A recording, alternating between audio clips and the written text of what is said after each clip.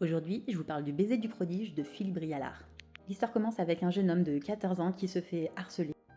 Un sujet fort qui est très bien traité et qui impose une introspection. Et ce jeune garçon, c'est un prodige du piano, c'est le prodige du piano.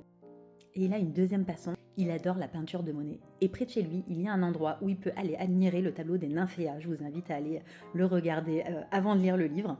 Et il va s'y rendre tous les mercredis soirs pour pouvoir profiter de 20 minutes tout seul à contempler ce tableau. Et là-bas, il va faire la connaissance d'un monsieur, une personne âgée de 70 ans, qui elle aussi est complètement fan de ces tableaux et qui a aussi une passion pour le piano. Donc naturellement, les deux vont se rejoindre et lier une amitié, nouer une amitié.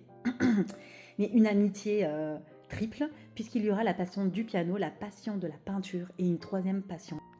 Et c'est là que le livre devient dingue. Je vous jure, l'intrigue, elle n'est pas arrivée au moment où je l'attendais, mais c'était un véritable page-turner.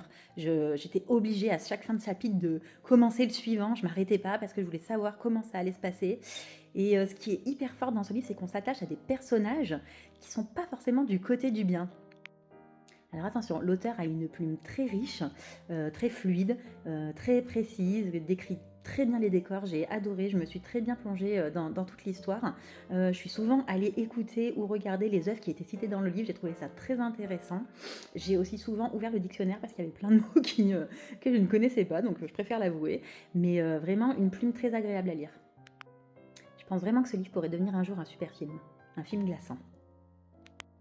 Je vous invite absolument à lire ce livre et à me dire ce que vous en avez pensé.